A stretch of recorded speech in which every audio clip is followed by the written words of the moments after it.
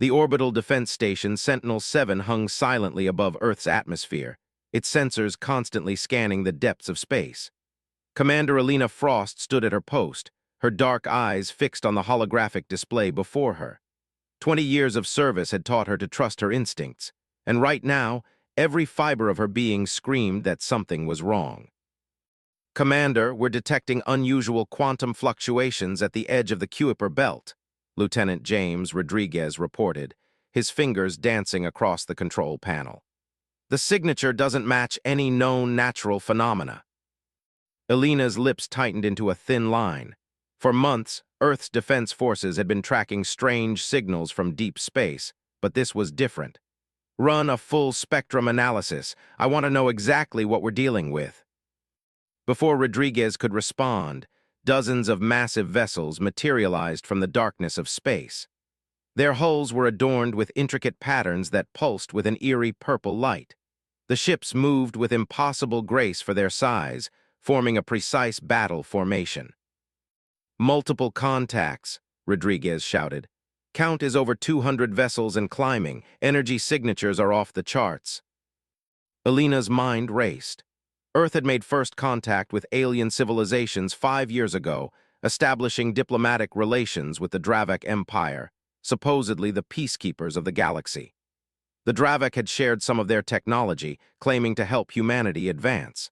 But Alina had always sensed their condescension, their barely hidden contempt for Earth's primitive civilization. "Send an emergency alert to Earth Defense Command," Alina ordered, "and open a channel to the lead vessel." The main screen flickered to life, revealing the imposing figure of High Admiral Zexther of the Dravak Empire. His crystalline exoskeleton reflected the light of distant stars, and his 4 eyes regarded Alina with cold calculation. "Commander Frost," Zexther's voice resonated with artificial warmth, "how fortunate that you are on duty for this historic moment." "Admiral Zexther, you've entered Earth's sovereign space without authorization," Alina responded, keeping her voice steady. "Please explain your presence." The Dravak Admiral's mandibles clicked in what Alina had learned was their equivalent of a smile. "My dear Commander, we are simply claiming what has always been ours.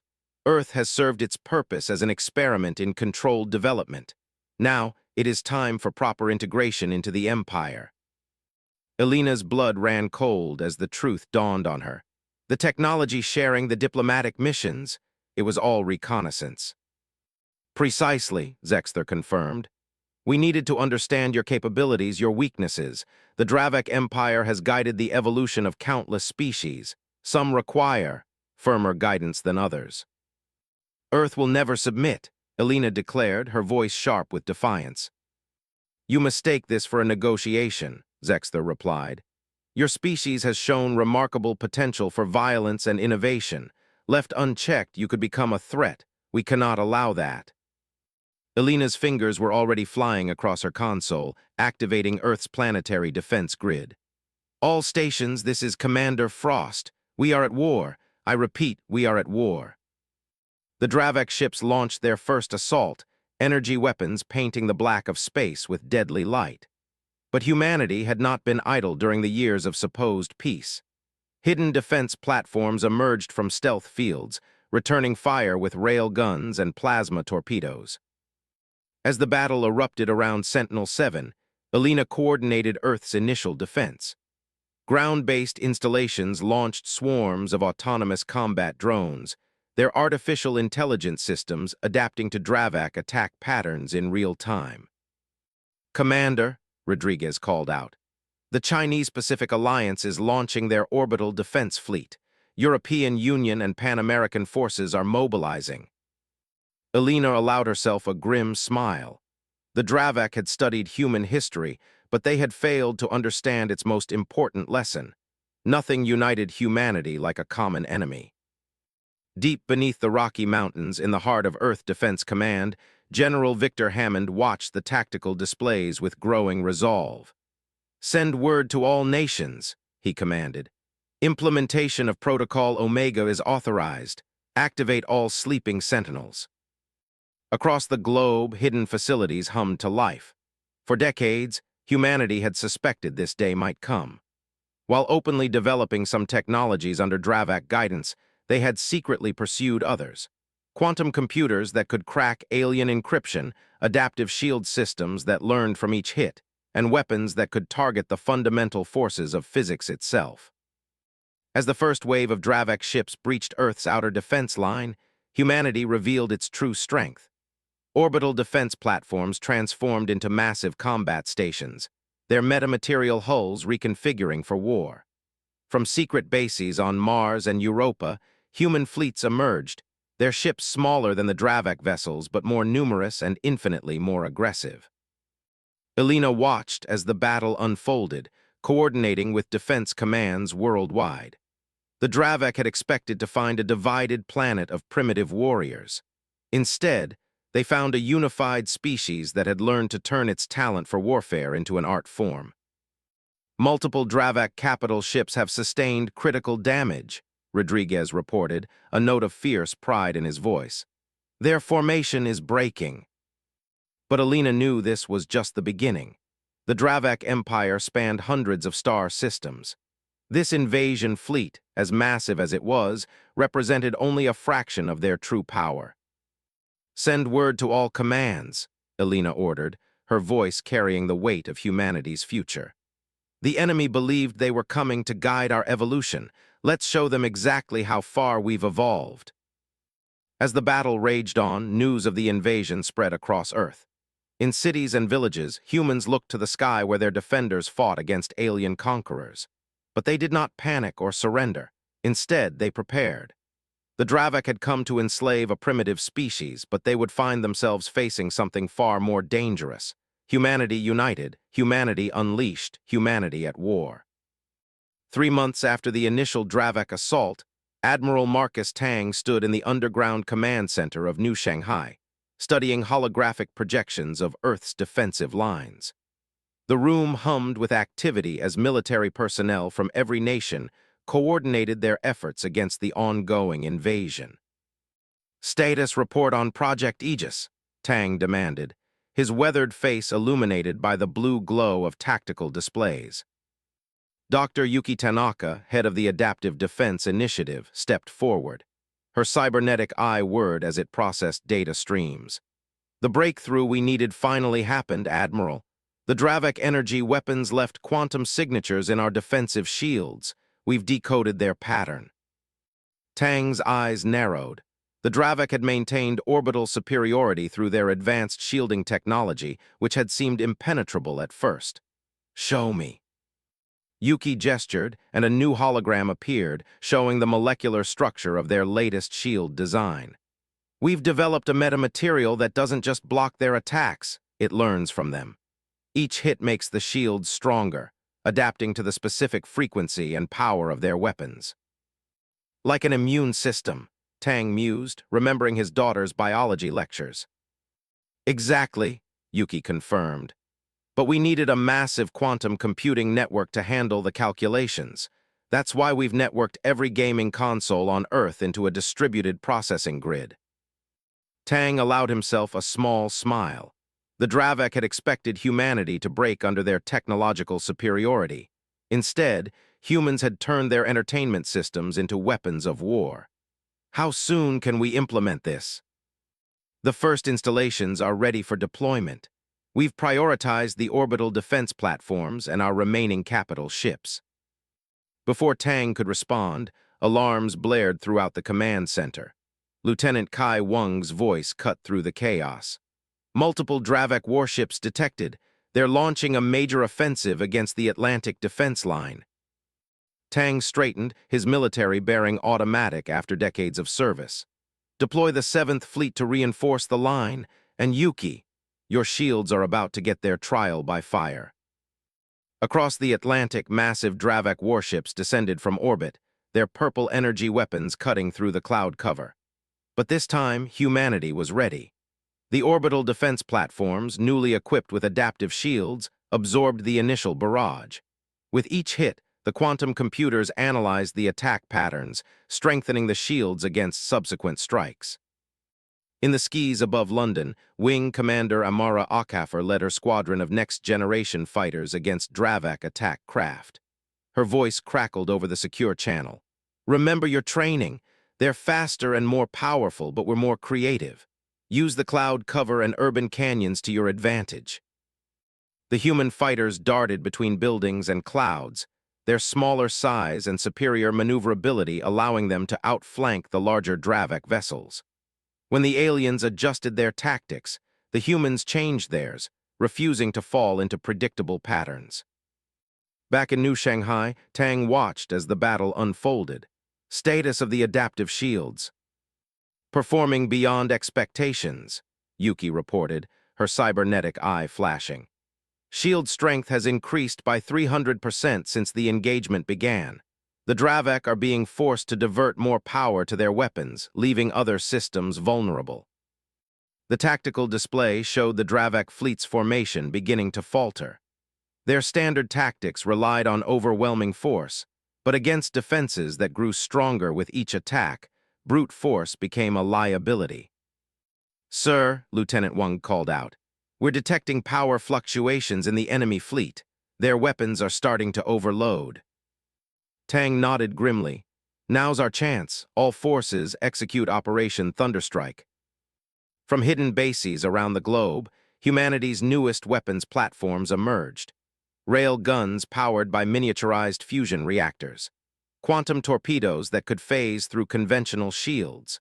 Swarms of autonomous drones guided by artificial intelligence that could predict and counter Dravak maneuvers before they happened. The counterattack caught the Dravak completely off guard. Their rigid command structure, used to fighting less advanced species, struggled to adapt to humanity's fluid tactics and unexpectedly advanced technology. High above Earth aboard his flagship, High Admiral Zexther watched in growing alarm as his forces were pushed back.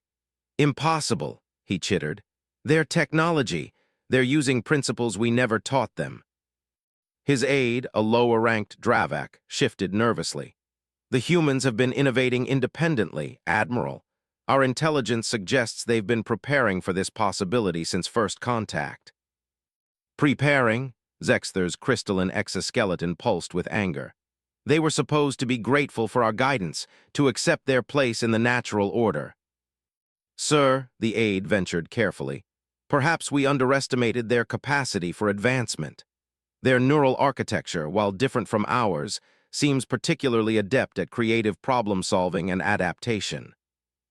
On Earth, Tang received reports of Dravak ships retreating from multiple engagement zones. The adaptive shields had changed the equation, transforming what should have been a one-sided slaughter into a real fight. "Dr. Tanaka," Tang called out, "what's the status of the global shield network?" Yuki's human eye gleamed with pride. "Ready for full activation, Admiral. Every major population center can now be protected by an adaptive shield dome." Tang nodded, then opened a channel to all Earth Defense Forces. "This is Admiral Tang. For 3 months, we fought to protect our world from those who thought they could enslave us. Today, we show them that humanity will never bow to tyranny, that we are not their subjects or their students, we are their equals, and soon they'll learn to fear us." As if in response to his words, the adaptive shield network activated worldwide. Shimmering domes of energy rose over cities and military installations, their surfaces rippling with patterns that mimicked the very fabric of spacetime. The Dravak Empire had come to Earth expecting to find a primitive species ready for conquest. Instead, they found humanity, adaptable, innovative, and above all, unbreakable. The Great Resistance had begun, and with it, the balance of power in the galaxy was about to shift forever. Captain Nikolai Volkov stood in the briefing room of the stealth vessel Phantom, studying the holographic display of the Dravak forward base on Europa. 6 months into the war, humanity had pushed the invaders out of Earth's orbit, but the alien empire still maintained strongholds throughout the solar system. "The mission is simple but crucial," he addressed his team of special operators, each chosen for their unique skills. "While the main fleet draws their attention at Mars, we infiltrate their command center and extract their strategic database." Lieutenant Zara Hassan, the team's tech specialist, stepped forward. Her neural implants glowed faintly beneath her skin as she interfaced with the ship systems. Their quantum encryption is impressive, but I've developed a bypass. We'll have approximately 20 minutes before their security systems adapt. And that's where I come in, added Chief Wei Chen, the team's combat engineer. He gestured to a series of small devices on the table. These quantum resonators will disrupt their crystalline technology. The Dravak rely heavily on their exoskeletons. Let's turn that advantage against them. Nikolai nodded, his cybernetic left eye scanning the assembled team. 20 of Earth's finest operators, representing different military traditions but united in purpose. The Dravak think they understand human warfare because they've studied our history. They expect us to fight like we always have, with brute force and obvious tactics. We're going to show them how wrong they are. The Phantom slipped through space using its metamaterial hull to bend light and sensor readings around it.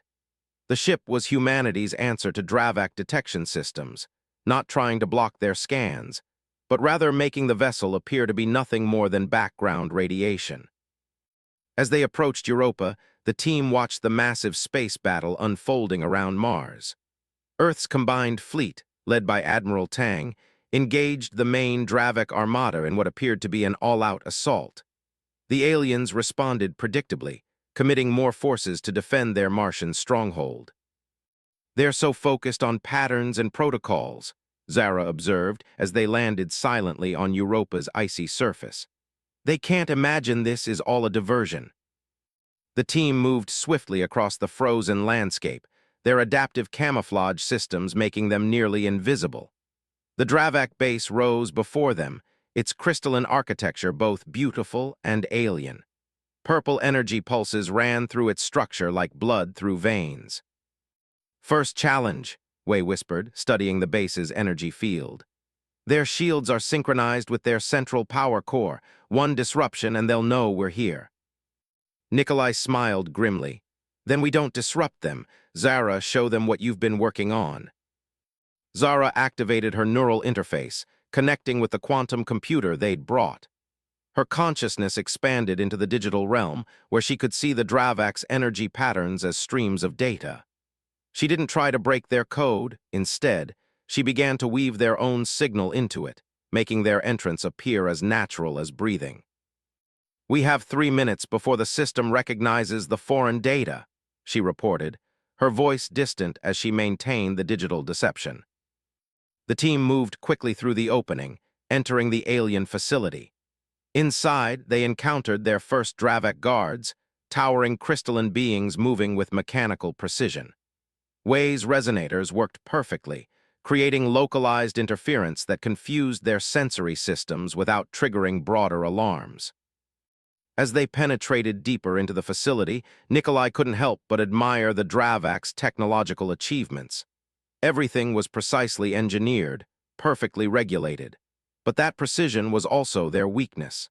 They couldn't comprehend the controlled chaos that humanity had mastered. They reached the central data core, a massive crystalline structure pulsing with information. Zara immediately began the extraction process while the rest of the team set up defensive positions. "Their security protocols are exactly what we expected," she reported. "They never considered someone would try this because it defies their logical predictions." Suddenly, alarms blared throughout the facility. "Multiple Dravak signatures approaching," Wei warned, checking his sensors. "They've detected the data transfer." "How many?" Nikolai asked, readying his plasma rifle. "Too many," Wei replied grimly. Nikolai opened a secure channel to the Phantom. "Initiate Protocol Omega, release the drones." Outside the facility, hundreds of tiny drones activated, each carrying a quantum resonator. They swarmed through the base's corridors, creating a wave of disruption that threw the Dravak defenders into chaos. Their crystalline technology, usually so reliable, became unpredictable. "Data extraction at 80%, Zara reported calmly, even as the sounds of battle echoed through the facility. "The Dravak are adapting to the resonators, but slower than expected. Their hierarchical command structure is working against them." Nikolai and his team held their position, using the confusion to their advantage. The Dravak soldiers, used to fighting in strict formations, struggled to coordinate in the electronic chaos. Their attempts to follow protocol only made them more vulnerable to the humans' aggressive, adaptive tactics. "Download complete," Zara announced. "We have their entire strategic database." "Fall back to the Phantom," Nikolai ordered. "Wei, time to show them your farewell gift." As the team retreated, Wei activated his final set of devices, quantum bombs that would manipulate the very fabric of spacetime around the facility. Not enough to destroy it, but enough to trap it in a localized time dilation field. They reached the Phantom just as the bombs detonated. The Dravak base seemed to shimmer and slow, its defenders moving like figures in a dream. By the time the effect wore off, the human team would be long gone. Back on Earth, Admiral Tang received the stolen data with grim satisfaction. The Dravak's entire defense network, their supply lines, their command structures, all of it laid bare. "They never saw it coming," Nikolai reported. "They were so convinced of their superiority that they couldn't imagine we'd dare strike at their heart." The success of the Europa mission marked a turning point in the war. Humanity had proven they could not only defend against the Dravak, but could strike back where it hurt most. The stolen data would reveal something even more crucial: the existence of other species who had been subjugated by the Dravak Empire, potential allies in the growing conflict. The counterstrike had succeeded beyond their wildest expectations, but it was only the beginning. As Nikolai reviewed the mission logs, he knew that the real war was just beginning. The Dravak would adapt, would learn from this defeat. But so would humanity, and they had already proven which species was better at adaptation. Ambassador Diana Blackwood gazed through the reinforced windows of the diplomatic vessel Olive Branch as it approached the secret meeting point in the Kuiper Belt. The stolen Dravak database had revealed a stunning truth. Humanity wasn't alone in its resistance. Dozens of species across the galaxy had been subjugated, their development controlled, their resources exploited. "Multiple ships dropping out of hyperspace," reported Captain Reena Patel, her hands steady on the controls. "Quantum signatures match the encoded profiles we received." Diana straightened her uniform, touching the translator implant behind her ear. This meeting could change the course of the war. 3 of the most powerful subjugated species had agreed to meet after learning of humanity's successful resistance. The first vessel to appear was organic in nature, its hull seemingly alive and pulsing. The Meridian, a species that had evolved in gas giants, had developed biotechnology that surpassed even the Dravak in some areas. Their ship extended tendrils of living metal, a sign of peaceful intent in their culture. The second ship was perfectly spherical, its surface covered in geometric patterns that shifted constantly. The Axiom, silicon-based beings who experienced time differently than most species, had suffered under Dravak rule for centuries by their linear measurement. The third vessel seemed to fade in and out of reality, representing the advanced phase-shift technology of the Nomad Collective, energy beings who had once controlled vast regions of space before the Dravak confined them to a single star system. "Ambassador," the ship's AI announced, "they're requesting a shared virtual conference space. Our quantum processors are compatible with their systems." Diana nodded. "Establish the link, let's make history." The virtual conference space materialized around her, a neutral environment showing the vast galaxy they all shared. The representatives of each species appeared. A swirling column of iridescent gas for the Meridian, a crystalline geometric form for the Axiom, and a shifting pattern of light for the Nomad. "Greetings," Diana began, her translator converting her words into forms each species could understand. "Humanity thanks you for taking this risk. The Dravak believe they have mastered the art of division, keeping subjugated species isolated and unaware of each other. Today, we prove them wrong." The Meridian representative's gas form swirled in what Diana's cultural briefing had identified as interest. "Your species has achieved what we thought impossible. You've broken their hold on your development, turned their own technology against them." "The Dravak's greatest weakness," the Axiom representative's geometric form pulsed. is their inability to comprehend innovation outside their established patterns. Humanity's chaotic nature, which they saw as primitive, has proven to be a powerful advantage. The Nomad's light pattern shifted. We have watched your resistance with great interest. Your ability to adapt, to turn apparent weaknesses into strengths, reminds us of our own past before the Dravak came. Diana activated a holographic display showing tactical data from Earth's battles.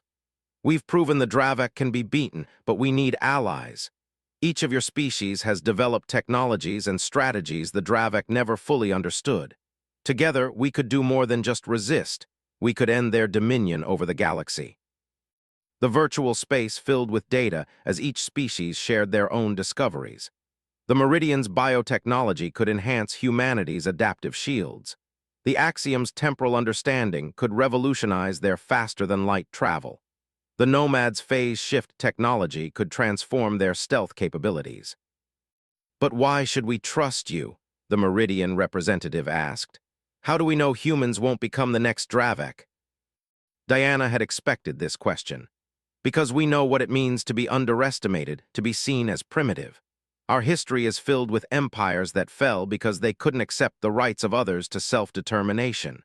We don't want to rule the galaxy. We want to ensure no species ever faces what we've all endured under the Dravak.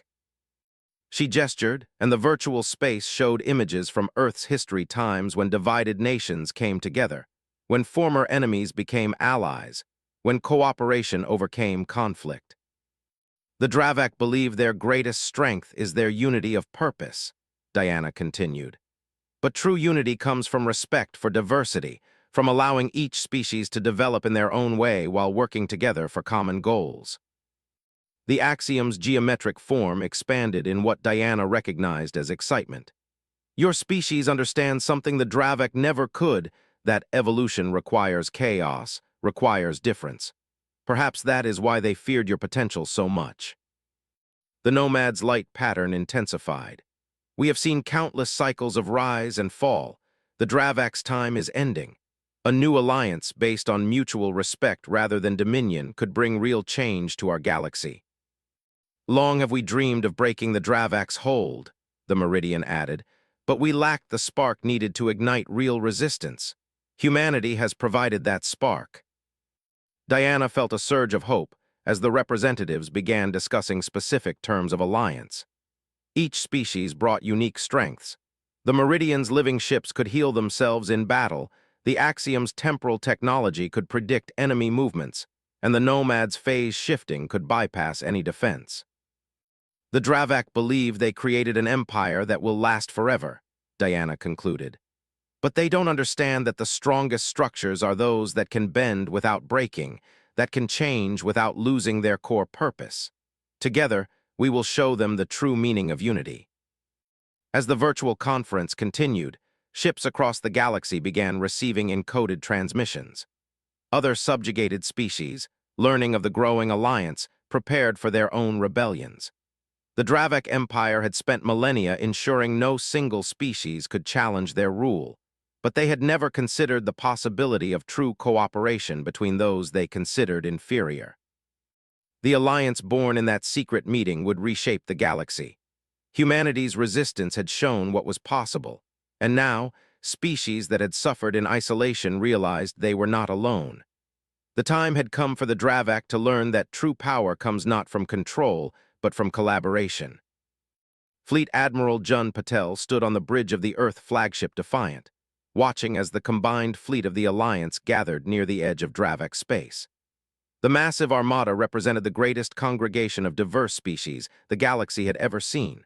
Meridian bioships pulsing with living energy, Axiom temporal vessels phasing in and out of normal space-time, and Nomad phase ships shimming like mirages among the stars. All Alliance vessels report ready, Admiral, Commander Rashid Omar announced, his holographic display showing the positions of thousands of ships. The Dravak still haven't detected our presence. Jun nodded, his augmented vision processing tactical data streams. The past 3 months had seen the Alliance grow beyond their wildest expectations. As news of the resistance spread, more subjugated species had joined their cause. Each brought unique technologies and strategies that the Dravak had never allowed them to fully develop. The Axiom's temporal calculations confirm our window of opportunity, reported Science Officer Kenzo Yamamoto, his neural interface streaming data directly from their allies' quantum computers. The Dravak High Command has gathered their primary fleet for what they believe will be a final push against Earth. Jun allowed himself a grim smile. The Dravak, true to their rigid nature, had responded to the growing rebellion exactly as predicted. They couldn't comprehend that their greatest show of force had actually made them vulnerable. "Open a channel to all Alliance vessels," Jun commanded. As the communication link activated, he addressed the gathered fleet. "Today, we end the tyranny of an empire that believed uniformity was strength and control was progress. Each of our species has suffered under their rule, been told we were primitive, been forced to develop only in ways they approved. Today, we prove that true civilization embraces diversity, that real strength comes from cooperation."